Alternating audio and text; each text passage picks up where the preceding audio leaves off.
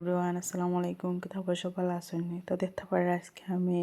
Fouga মাছ দিয়ে আর মূলা দিয়ে রাঁধছি যে মজা হয়েছে তো আপনার লগে শেয়ার হইলাই দেখো আমি কিলাখান রান্ধি আর খাইতে কিন্তু যে মজা হয়েছে ওলাখান আপনার ফুগা মাছ দিয়ে মূলা দিয়ে রান্ধা খাইতে পারবা আর ফুল ভিডিওটা আপনারা দেখলে বুঝতে পারবা কতক্ষণ লগনীয় হয়েছে তো কিতা খরমু আর ওখান দেখাইলেই আপনারা তো দেখো এখানে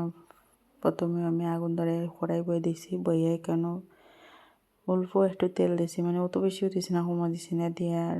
দিলাইছি এখানে পেঁয়াজ আর বেশ করে কাঁচামরিচ আর মূলা আমার বেশ করে কাঁচামরিচ দিয়ে খাইতে কিন্তু যে মজা লাগে আর পেঁয়াজটা ব্রাউন কালার হওয়ার পরে এখানে আমি দিছি 1 চামচ মরিচের গুঁড়া আর 1/2 চামচ হলুদের গুঁড়া আর কোনো মশলা দিতাম নাই আর আমি মাছের তরকারির মাঝে এমনিতেও মানে যে বাখর গুঁড়া কম ইউজ করি আর বাখর গুঁড়া দিইও না হইতে গেলে তো ওইখানে মশলা কষাই এখন আমি দিলাইছি মূলা দেখতে পারে আপনারা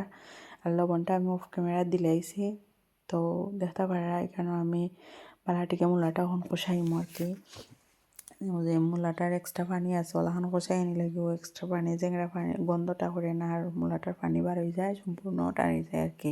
আর খাইতে যে মজা লাগে মিঠা মিঠা লাগে আর দেখো এখানে আমি কত সুন্দর করে কষাই আনিলাম আমি কিন্তু অনেক সময় জাল করছি কিন্তু জাল করে কষাই আনিছি আর দেখো কত সুন্দর লাগে তরকারিটা সবজিটা খাইতে দিয়ে মজা লাগছে আপনারা একদিন ট্রাই করে দেখো আপনারা বাসাত অবশ্যই মজা লাগবে আর যারা যারা খাইনগুলো খান রান্না খাইয়া দেখো যে মজা লাগে আপনারা বুঝতেও না যে এটা মূলা তো দেখতে পারে কেন আমি কষে কষে এখন দেখছি লবণ আর একটু লাগবো তার লাগে আর একটু লবণ দিছি দিয়া বালাটিকে কষাই আনিমো আর কি তো দেখো আমার মূলা প্রায় সিদ্ধ হয়ে গেছে আর একটু সময় যা করলে সিদ্ধ হয়ে দিব তো এখন আমার মাছটা আমি দিলাম আর কি তো আমি এখন দিলাইছি হুগা মাছ তো হুগা বড় বড় দেশি হুগা খাইতে কিন্তু যে মজা লাগে তো দেখতে পারে আপনারা কত সুন্দর করে আমি মাছগুনটা ক্লিন হইয়া দিলাইছি খল্লা কাটিয়া ফেলাই দিছে খাইতে মজা লাগে না হতার লাগে খল্লা হইলে গোছা গোছা হয়ে যায় তো এই মাছগুনটা আমারে দিছে আমার শাশি হরিয়া আর কি আর খাইতে যে মজা আসলো তো দেখো কত সুন্দর করে আমি মাছ আর মূলাটা কষাই নিলাম এখন মাছ মূলা কষানি গেছে এখন আমি অল্প একটু বাটি দিয়ে হাফ বাটি পানি আর কি দিমো সিরা আর কি দিমো তো দেখতে পারা কেন আমি হাফ বাটি পানি দিছি তো এগুন জালই আর কি টানি যাইব তো আর বেশি জালও করা লাগতো না তো হুগা মাছ না নেই ওটা লাগে বেশি জাল করা লাগে না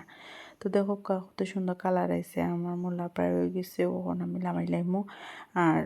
ফাইনাল লুকটা আপনারা অবশ্যই দেখছেন আর কই বা কি লাগানো হয়েছে আমার রান্নাটা যদি আপনার কাছে ভালো লাগে তাহলে অবশ্যই আমার চ্যানেলটা সাবস্ক্রাইব করবা আর আমার লগে থাকবা আর আমার ভিডিওটা আপনার কাছে ভালো লাগলে লাইক কমেন্ট শেয়ার অবশ্যই করবা তো আজকের মতো সব ভালো থাকবা সুস্থ থাকবা যার যারের প্রতি যার যারই খেয়াল রাখবা তো আল্লাহ হাফেজ।